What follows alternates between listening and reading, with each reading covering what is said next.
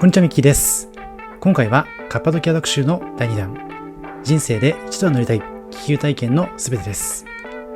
異世界のような風景が広がるトルコ・カッパドキア。この旅では断崖に佇む洞窟ホテル、エリートケーブスイーツに滞在しながら、空と大地の魅力をじっくりと味わいます。空を埋め尽くす気球の景色をホテルのテラスから、そして空の上から、岩肌に抱かれた部屋での滞在や満足感たっぷりの朝食プレートも見どころの一つです。今回はカッパドキアで過ごす朝の絶景をテーマに、宿、空、食の3つの視点からその魅力を存分にお届けします。ぜひ貴重な体験の参考にしてください。このチャンネルではカフェ巡りなど日常を少し豊かにする情報をお届けします。少しでも応援してくださる方はチャンネル登録をして次の動画も見逃さないでください。ちなみに今回ご紹介するお店の Google マップ位置情報は本動画の概要欄から確認することができますので、実際にお店に訪問する際の参考としてご活用ください。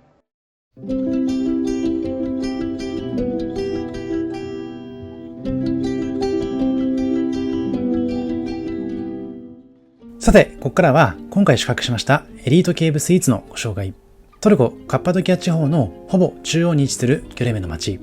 その中心部からほんの少し歩いた先、他の斜面に沿って佇みますのがエリートケーブスイーツです。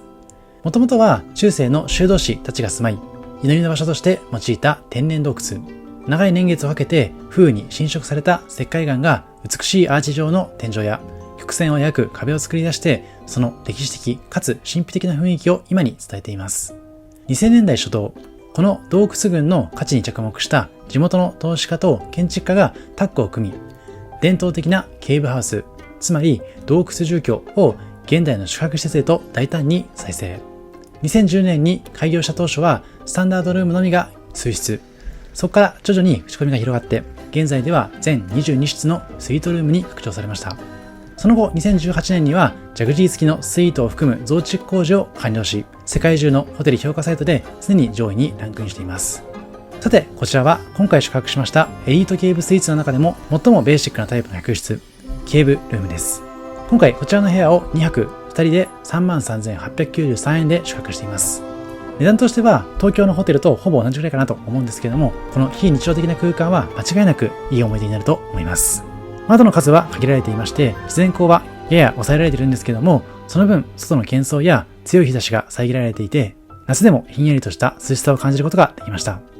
また洞窟特有の音の反響のなさや外気から断絶された静寂さが都会の喧騒とは無縁の時間を生み出してくれています。インテリアはカッパドキアの伝統を感じさせるようなトルコ絨毯やオスマン様式の家具、ベッドスローや壁飾りなどが随所にあしらわれていまして、素朴ながらも異国情緒に満ちています。ベッドはクイーンサイズでマットレスはやや固め。シーツやタオル類はシンプルですが清潔に保たれていまして、ルームクリーニングも行き届いていました。なお、バスルームは客室のグレードによって異なるんですけども、今回宿泊しましたケーブルームではシンプルなシャワールーム仕様になっていました。なお、シャンプーやボディーソープなどの基本的なアメニティは揃っていまして、部屋着などはありませんので、その辺は用意していただくと確実です。天井と壁は全て現地の凝灰岩を生かした作りで、ぬくもりのあるベージュ色の石壁が柔らかく室内を包み込んでくれます。なお、上位の部屋タイプに関しましてはバスタブやジャグジーもあるようなので、よ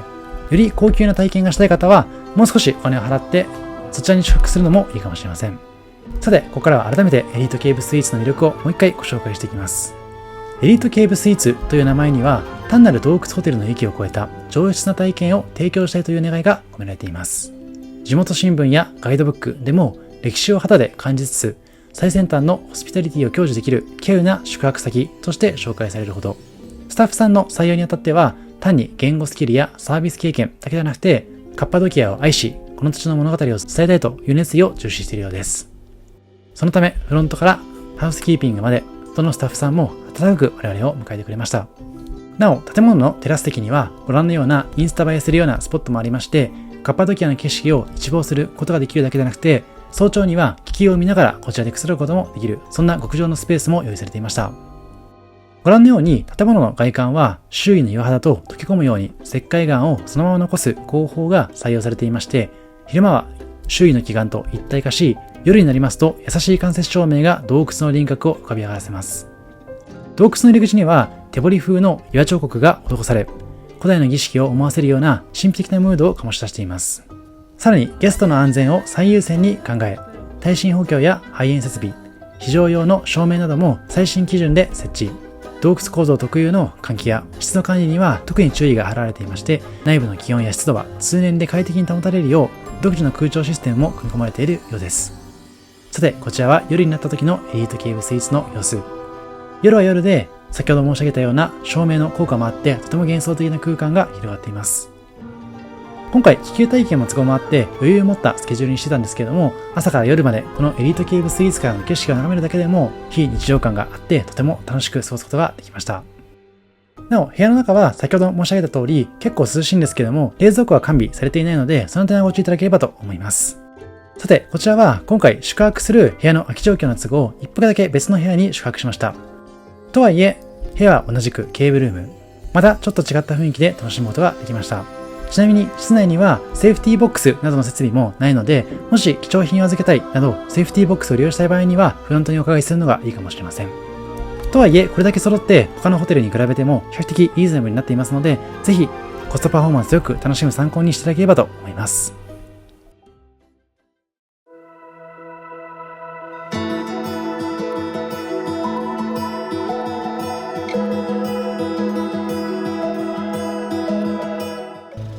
さて、ここからはカッパドキアの一番の魅力だと言っても過言ではない気球体験について。ホテルへ迎えに来てくれますバンで10分ほど走行した後、離陸地点に到着。ここから気球体験が始まります。気球体験は1人当たり210ユーロ、約3万5千円程度ととても高い値段ではあるんですけれども、この体験はここでしかできない体験になっていますので、ぜひともその空気感を含めて味わってみてほしいです。ご覧のように辺りは真っ暗で、映像は少し明るめに修正しているものの、それでもやっぱり暗いです。離陸地点ではすでにご覧のようないくつもの気球が配置されていまして、バーナーの炎によって熱気球がゆっくりとくるみ始めている様子を見ることができます。地面に横たわっていた布地が次第に持ち上がって膨らんでいく様子は圧巻。スタッフの方々が手際よくロープやバーナーを調整しながら風向きや安全確認を繰り返し行っています。フライトは様々な会社さんが運航されていまして、各社はそれぞれ専任のパイロットさんと地上スタッフを配置しており、トルコ政府によって発行される操縦資格を有した者だけが気球を操作できます。そんな信頼性の高い体制でこちらの気球は運用されています。搭乗前にはスタッフさんによって簡単な安全説明や搭乗時の姿勢などの案内も行われます。説明はすべて英語またはトルコ語で実施されますけれども、ジェスチャー付きになっていますので安心。さて、ここからはバスケットに乗って気球体験。腕力と脚力を使って搭乗。最低限の筋力を要しますので、運動不足の方は要注意です。なんならこの準備が一番重要と言っても過言ではないかもしれません。今回は最大28名程度が搭乗できるバスケットに搭乗。バスケットの各区間は中央の操縦者スペースを囲むように4人から6人の小部屋に分かれていまして、安全性とバランスを考慮して各自の配置が調整されました。さて、ご覧のように搭乗後は炎の轟音とともに気球がふわりと浮き上がって、いよいよ気球体験のクライマックスである空中散歩が始まります。ご覧のように大地がゆっくりと遠ざかっていく感覚は飛行機やエレベーターとも異なる独特の浮遊感を伴います。高度が上がっていくにつれて褐色と赤茶けた岩肌の地形が徐々に広がっていきまして、そこに朝焼けの柔らかな光が差し込んできます。遠くにはギョレメの街並みが小さく見えて、無数の洞窟ホテルや牛すぐりの家が点在。その合間を縫うように蛇行した谷がいくつも連なり、カッパドキア特有の地層の色合いや造形がはっきりと浮かび上がってきます。さらに上昇するとより鮮明になるんですけれども、特にラブバレーやローズバレーといった谷はカッパドキア特有の赤みがかった岩肌と尖った塔のような奇岩が密集していまして、上空から見るとまるで異世界の風景のようです。気球の高度は数十メートルから300メートル程度まで上がりますが、風向きによっては谷の間を低空で滑走することもあります。その様子も後でお届けしますので、ぜひ疑似体験していただければと思います。さて、ここからは空中散歩の様子をお届けしつつ、事前準備についてもご説明していきます。実際に体験するとなりますと、その手続きや気象条件、当日の流れが気になって不安になる方も少なくないと思います。まず、気球ツアーの多くは前日にホテルまでの迎えの時間を伝える形で連絡が来ます。予約自体は日本での予約より現地での予約の方が安いと聞いていましたので、今回も現地で予約。ただ安かろう悪かろうでとても離れた位置のフライトになってしまうリスクもありますので、予約時に入念な確認をすることをお勧めしています。ちゃんと中心部のフライトであることを確認してから予約するようにしてください。さて、そんな話をしているうちに早朝の景色が見えてきました。ご覧のように朝日が昇る様子は本当に幻想的で美しいので、ぜひシャッターチャンスを逃さないようにしてほしいです。ご覧のような景色も中心部のフライトであるからこそ体験できるような極上の景色。予約の際にはこういった景色が見れて、様々飛んでいる気球のどの位置を走行するかといったことも聞いておくと確実かもしれません。正直当日の朝まで気球が飛ぶかはわからないんですけれども、朝起きてプラントで確認するまではとにかく睡眠をとることをお勧めしています。前提として気球の運航はその日の天候と風速に大きく左右されます。特に風速が高い日や視界が悪い日は安全を最優先してキャンセルとなる場合があるため、旅行日程の中で予備日を設けておくことが推奨されています。実際に私もカッパドキアに3泊4日して気球の体験だけは何としてもしたいという思いで参加しています。たまたま宿泊した2日目には乗ることができたんですけれども、もしそれに失敗しても3日目4日目でリカバリーする、そんな計画にしていました。おかげでカッパドキアでできるような様々な体験をすることもできましたので、なるべくたくさんの日程を確保していただいて、気球に乗れない日はこの後第3弾第4弾でご紹介するようなアクティビティを楽しんでいただければと思います。このあたりは季節ごとのフライト傾向を調べつつ計画を立てるのと、あとは X 等の SNS でこまめに現地情報を確認するのがおすすめです。ちなみに朝のピックアップ時間は午前4時半。とても早いので、なるべく早く寝ることをお勧めします。ただ実は日本との時差が6時間程度になっていますので、ちょっとお葬儀の習慣がある方は実はちょうどいいぐらいかもしれません。さて、こちらは谷の間を滑走する時の様子。ご覧のように本当に地面清々で飛行していただくことができますので、このカッパドキアの大自然を感じながらフライトすることができます。余談ですが、私の場合、前回の動画でご紹介したようなロストバゲッジもあったので、現地で調達した防寒グッズで参加しています。さて、気球ツアーの最後を締めくくりますのは乾杯のセレモニーです。これはカッパドキアの気球体験ではほぼ標準となっている演出で、このノンアルコール飲料で乾杯しています。このカッパドキアの気球文化では飛行の無事を祝って仲間たちとその時間を分かち合う象徴的なセレモニーになっていますので、ここも含めてぜひ楽しんでいただければと思います。さて、この一連のセレモニーが終わりますと、最後はフライト証明書の配布。スタッフの方々が一人ずつ名前を見上げまして、記念のフライト証明書を手渡してくれます。こういった配慮も一つのとても素敵な思い出になると思いますので、ぜひ最後までこのカッパドキアの気球体験楽しんでほしいです。さて、そんな気球体験ですけども、もし宿泊しているうちに早い段階で気球体験ができたら、2日目以降はこういった形でエリートケーブスイーツのホテルのテラスから今回のような気球を眺めていただくのも個人的にはおすすめです。ギョレメの街を一望できる高台に位置しているエリートケーブスイーツだからこそ、日の出とともに立ち上がる無数の気球を遮るものなく見渡せる絶好のロケーションを堪能できます。もちろん気球体験も極上ですけれども、朝の静けさの中で空に浮かぶカラフルな気球たちを眺めることができるのは、まさにこのホテルならではの特権とも言えますので、ぜひこちらも体験してみてほしいです。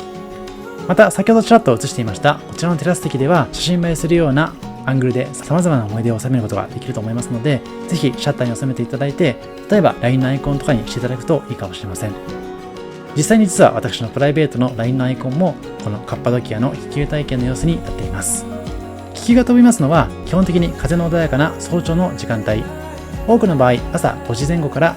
空が明るみ始める頃に一斉に離陸していますので、ホテルではそのタイミングに合わせて起床し、外に出るとすでにテラスや共有スペースに集まる宿泊客の方々がたくさんいるかと思います。誰もが空を見上げ、遠くから近づいてくる気球に目を奪われているその光景もとても美しいです。またこちらの絨毯があるテラススペース以外にもテラス席が複数ありますので、例えばお部屋に備え付けられているケトルでお湯を沸かしていただいてチャイを飲むのもいいと思いますし、様々な方法でくつろいでいただくのがいいかなと思っています。またテラス付きのスイートルームなどで宿泊した場合には部屋からダイレクトに気球を眺めることもできるかと思いますので、今回私が泊まったようなケーブルーム以外で少しお金が払える方はそちらで体験するのもいいかもしれません。さて、そんな気球体験また気球鑑賞の後は腹ごしらえ。エリートケーブスイーツではビュッフェ形式で朝食をいただくことができます。朝食会場はフロント棟と同じ建物の奥にあるダイニングスペースで、窓からは朝の光が差し込む明るく開放的な空間が広がっています。ビュッフェ台にはトルコらしい食材がずらり。オリーブだけでも黒や緑、スパイス入りなど種類豊富に揃っていますので、朝から好みに合わせて様々なメニューをいただくことができます。ちょっと奥に進みますと、こんな屋内プールもありましたので、ちょっと違った雰囲気で楽しむこともできます。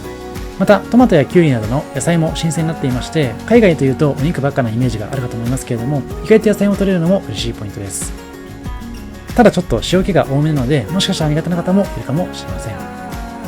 特に印象的だったのは、数種類のチーズの存在。フェタチーズのような柔らかいタイプや少し塩気の強いハードタイプまで、トルコの食文化を感じさせるようなラインナップでした。加えてジャムや蜂蜜、ペースト状のスプレッド類も豊富で、パンによって味の違いを楽しむこともできます。そんなパンに関しましても、トルコ式の薄くてもっちりとしたピタ風のものから、クロワッサンのようなヨーロッパ風のものまで数種類並んでいましたので、必要に応じてトースター等で焼いていただきつつ、自分好みの焼き加減でいただいてみてほしいです。また、ドリンク類としましては、コーヒーやトルコ風チャイ、ミルクなどベーシックな選択肢が揃っていますので、それらを味わいつつ朝食を楽していただければと思います。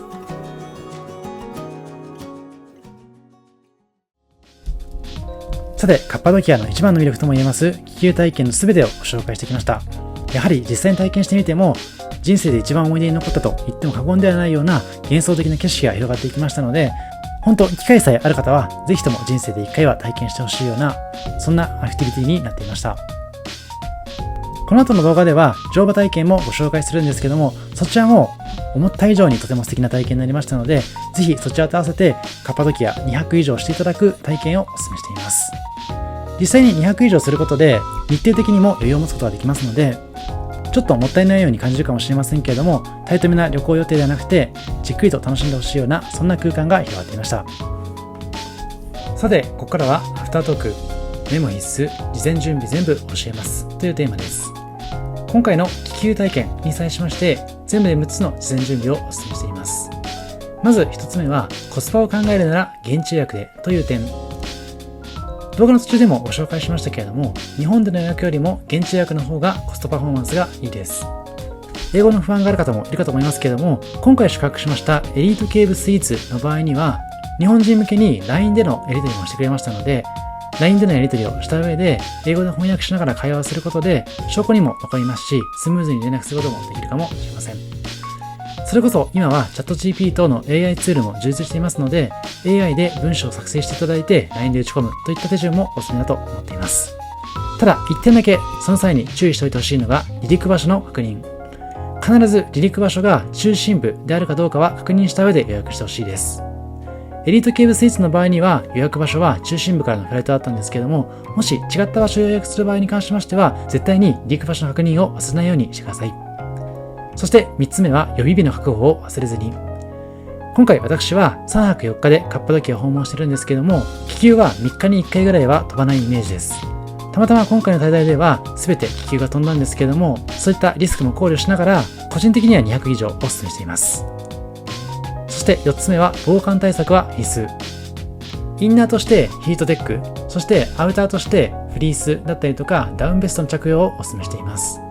また風を通さないようなパーカーを羽織っていただきますとより安心かなと思っています。